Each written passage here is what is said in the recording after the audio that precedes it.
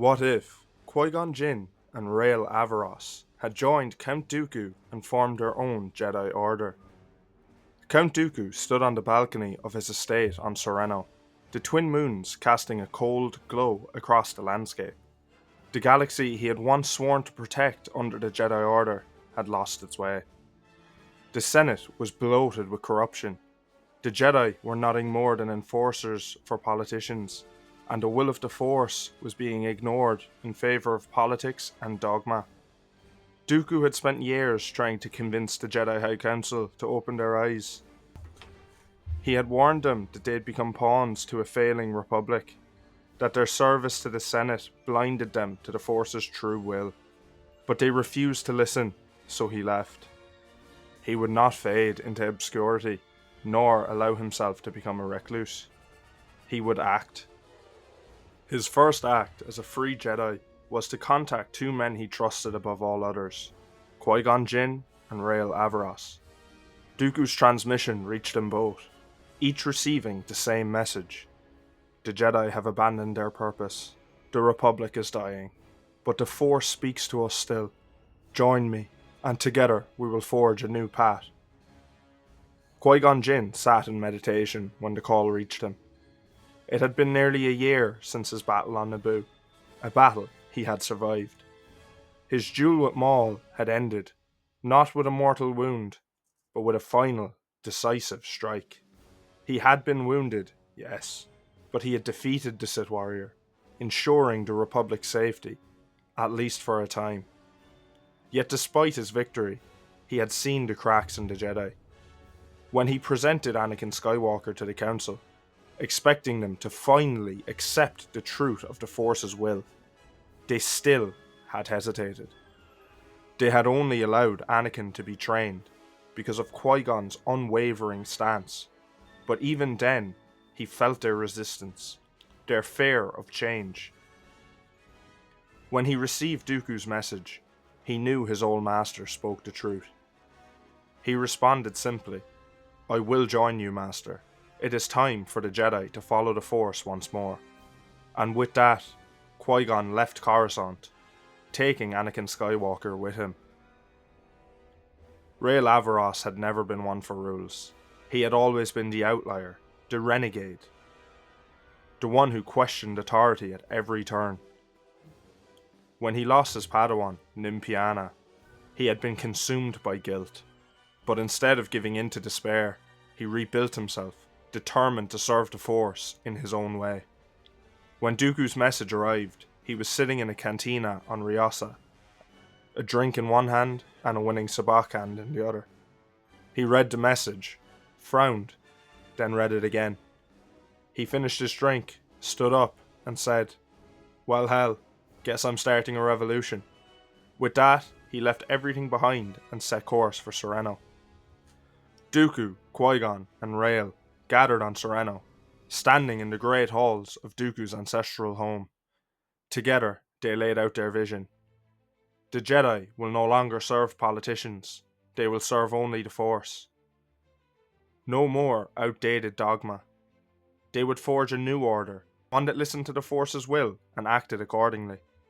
And so, the true Jedi Order was born. Jedi from across the galaxy, those who had grown tired of the Republic's corruption, began to hear whispers of this new path. Some dismissed it as treason, others listened, and those who listened began to leave the Jedi Temple. As more Jedi left to join Dooku's cause, entire star systems began to take notice. The Jedi were icons, symbols of justice, and now many of them were turning their backs on the Republic. Led by Dooku and Qui-Gon, the separatist movement was not born out of war, but out of necessity. It became a peacekeeping force, one that acted where the Republic refused to. They brokered peace between feuding planets, prevented corporate exploitation, and protected the helpless in ways the Republic no longer would. Among their ranks were Anakin Skywalker, Qui-Gon's loyal student, who had grown under both his master and Dooku's teachings, learning how to truly listen to the Force. Luminara Unduli and Barriss Offee, both seeing the wisdom in the new order, Quinlan Vos, drawn by the promise of true independence from Council dogma. Shaak Ti and a handful of other Jedi Masters who saw cracks forming in the Republic. They were not traitors, they were reformers, and they were growing stronger. Sidious had watched patiently as the Jedi split into factions.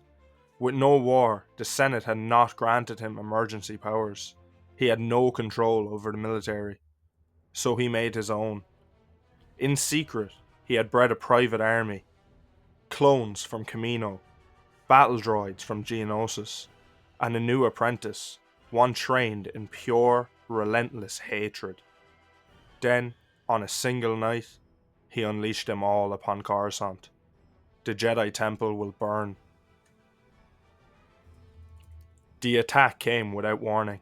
Late at night, as the stars shone over Coruscant's skyline, the Jedi Temple was suddenly bathed in fire.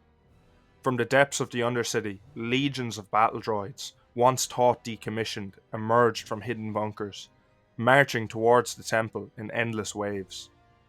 Simultaneously, clone shock troopers, programmed not by the Republic, but by Palpatine himself, descended in dropships, opening fire on Jedi and Temple guards alike. At the head of the assault stood General Grievous, his cybernetic body gleaming in firelight. His mechanical fingers flexed over the hilts of 4 stolen Jedi lightsabers, trophies of his past kills. But even more terrifying was the figure beside him, Palpatine's new apprentice, a dark warrior clad in black armor, a helmet concealing his face, wielding a lightsaber as red as fresh blood. The Jedi fought valiantly, but they were overwhelmed. The Council had no time to react. Mace Windu led a counterattack, but it was already too late. The temple was collapsing, its archives burning, its younglings slaughtered. By morning, Coruscant belonged to the Sith. From the wreckage of the temple, a handful of Jedi escaped into the underworld of Coruscant, fleeing the Sith's trap. Yoda, Mace Windu, Obi-Wan Kenobi, Plo Koon, and the remaining surviving Jedi gathered above Bail Organa's ship, seeking refuge. But there was only one place left for them to turn: Dooku. The true Jedi Order, which had once been scorned and labelled traitorous by some among the Republic, was now the Jedi's only hope. And so, swallowing their pride, the Jedi Masters set a course for Serenno. When Yoda, Windu, and the remnants of the Order arrived on Serenno, they expected hostility. Instead, they were welcomed with open arms. Qui-Gon Jinn was the first to greet them, his face calm but his heart heavy with sadness. "The Republic is dead," he said simply.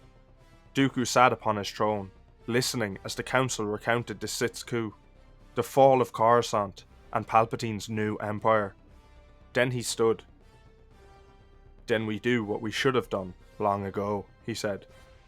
"We take it back." From across the galaxy, Jedi and warriors flocked to Serenno. The true Jedi had always worked with local planetary militias, and now these forces answered the call. The Separatists, who had never been an enemy to the Republic, but merely an alternative, now stood as its only defenders. Among their forces were Mandalorian warriors, led by Bo-Katan Kryze, who was fearful of what the Empire would do to Mandalore under Imperial rule. Wookiee warriors from Kashyyyk, led by Tarful, Nautolan, Twi'lek, and Mon Calamari freedom fighters from the Outer Rim. This was no longer just a Jedi fight. This was a war for the soul of the galaxy. The first battle took place over Alderaan. Palpatine had begun consolidating his hold over the core worlds, deploying his clone legions and droid forces to solidify Imperial control. The true Jedi Order launched a massive counter-offensive.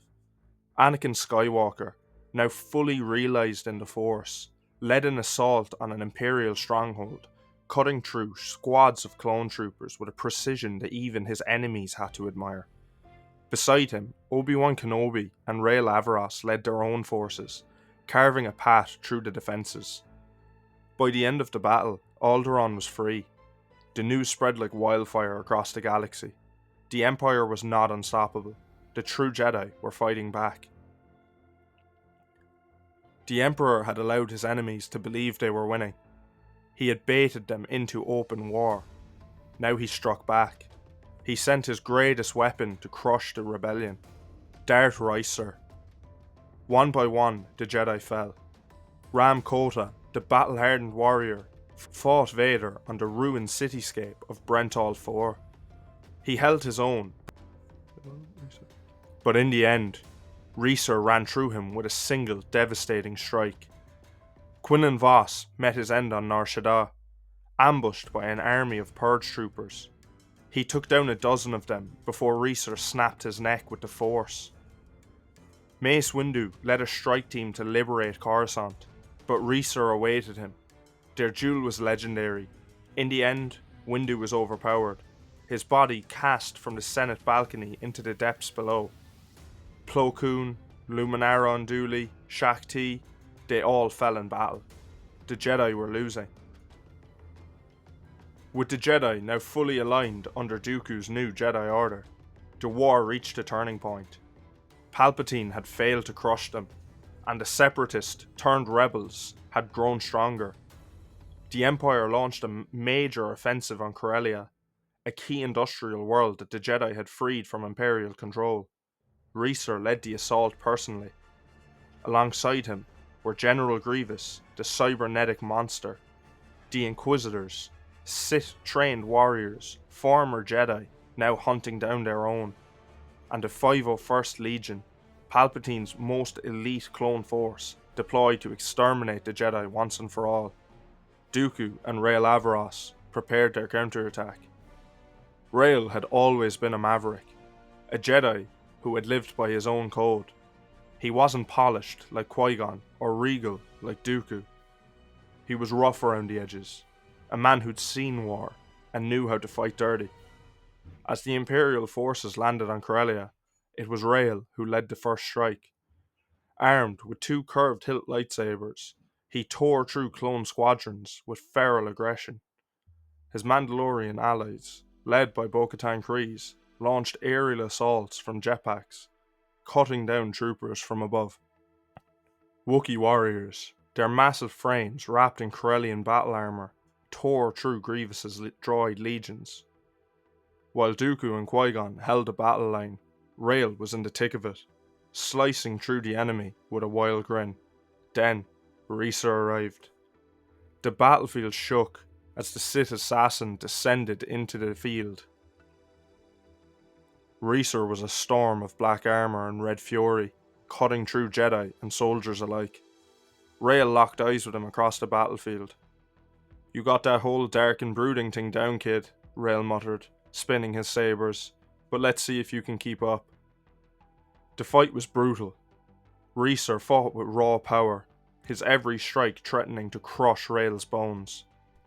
Rael fought with speed and unpredictability, darting around like a Corellian street brawler.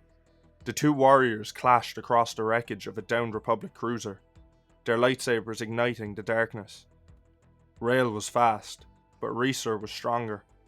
It took everything Rael had just to survive.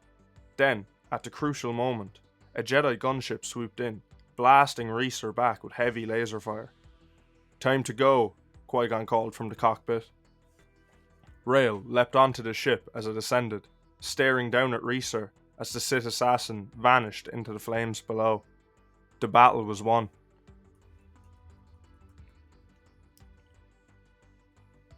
The Jedi's victory on Corellia was a turning point.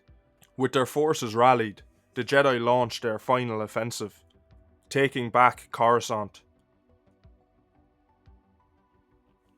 Dooku, Qui-Gon, Rael Averross, and Anakin led the charge.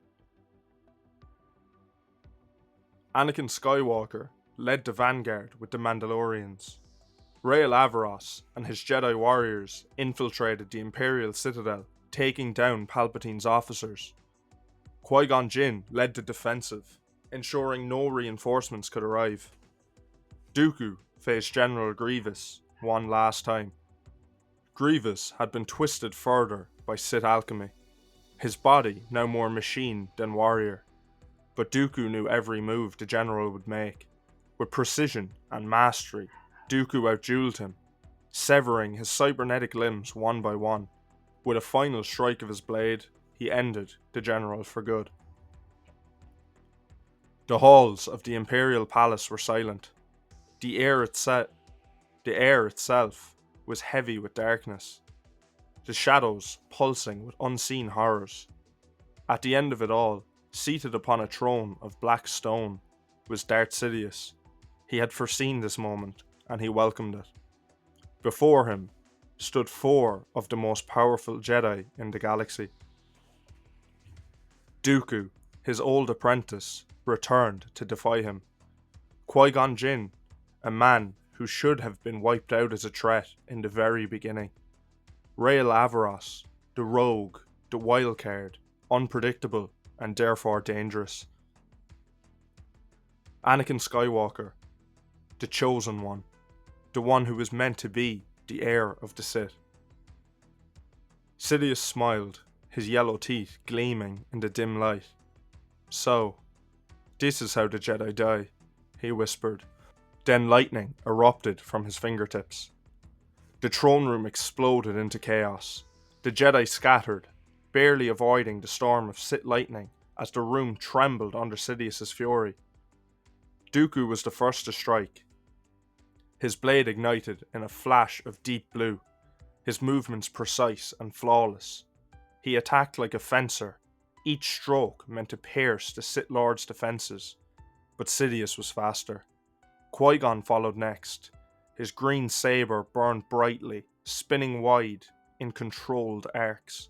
His stance was unshakable, his connection to the Force pure. He fought with unwavering purpose, every strike meant to protect, not destroy. Sidious laughed, his yellow eyes gleaming with amusement. Still so blind, he hissed, his blade clashing against theirs with terrifying strength. While Dooku and Qui-Gon held the line, Rael Averross moved like a storm. He flipped over Palpatine, bringing both sabres down in a wild cross strike. Sidious sidestepped him with inhuman speed, his cloak whipping in the air. Rael grinned. "Oh, you're fast, old man," he muttered, "but so am I." He lunged again, his blades a blur. He fought dirty, using punches, kicks, and unpredictable feints. He struck low, high, then low again, forcing Sidious to constantly adjust. For a moment, he was winning. Then, Sidious twisted his grip and stabbed his lightsaber straight through Rael's ribs. The rogue Jedi froze, his eyes going wide. Sidious leaned in close, whispering. Your defiance was amusing. Then he twisted the blade. Rael coughed, blood dripping from his lips. But instead of fear, he laughed. Yeah, well, I always did like a good fight. With one last surge of strength, he grabbed onto Sidious, holding the Sith Lord in place. Anakin, now! He roared. Then, the light left his eyes. Anakin felt the scream before he heard it. It came from deep inside him, a howl of fury, grief, and power. His vision blurred, his senses narrowing. Sidious had killed Rael. Something had snapped inside of him. With one outstretched hand, Anakin reached into the Force and crushed the Sith Lord's body with pure power. Sidious gasped, his entire form seized by an invisible grip. Anakin lifted him into the air, his eyes blazing with gold and blue fire. The Force screamed around him, rippling in waves that shattered the walls. Tears streamed down Anakin's face. This ends now, he whispered. Then, he tightened his grip. Sidious let out a strangled cry, his bones creaking under the weight of Anakin's wrath. A voice cut through the storm. Anakin. Anakin froze. He turned to see Qui-Gon Jinn, standing firm, his eyes filled with deep sorrow. "This is not the way," Qui-Gon said softly. Anakin trembled, his body still surging with power. "He killed Rael," he said. "I know," Qui-Gon said, stepping forward. "But if you kill him this way, you will become him." Anakin's grip loosened. His tears fell more freely now, his breath shaking. Then, with a shuddering sigh, he let Sidious go. The Sith Lord collapsed to the floor, gasping. For the first time, he looked afraid. Sidious snarled, his strength returning. "You think this is over?" He unleashed another wave of lightning, but Dooku and Qui-Gon struck together. Dooku's blade moved with flawless precision, his years of training culminating in this final battle. Qui-Gon fought with righteous fury, every strike aimed at forcing Sidious back. The Sith Lord was losing ground, but it wasn't enough. A door exploded inward. A small figure entered the throne room. Yoda. His presence filled the chamber, his green blade igniting with a snap hiss. Sidious's eyes went wide. Impossible. The ancient Jedi Master moved like a blur, flipping into the fray. Dooku struck high, Qui-Gon struck low, but it was Yoda who struck the final blow. Sidious screamed as Yoda's saber plunged into his chest. With a final breath, the Sith Lord fell. Darth Sidious, the Emperor, was no more. The galaxy was free. The Jedi had won. Rael's body was laid to rest, honoured as the true warrior that he was. Anakin stood beside Qui-Gon, no longer weighed by his destiny. Dooku, at long last, felt peace, and Yoda, the last of the old Jedi, looked to the horizon. "Balanced, once more, the Force is," he whispered. And so, the galaxy's next chapter began. Drop the scenarios you would like to see in the comments, and I will pick one every week for Fan Friday. I hope you enjoyed this video. See you in the next one.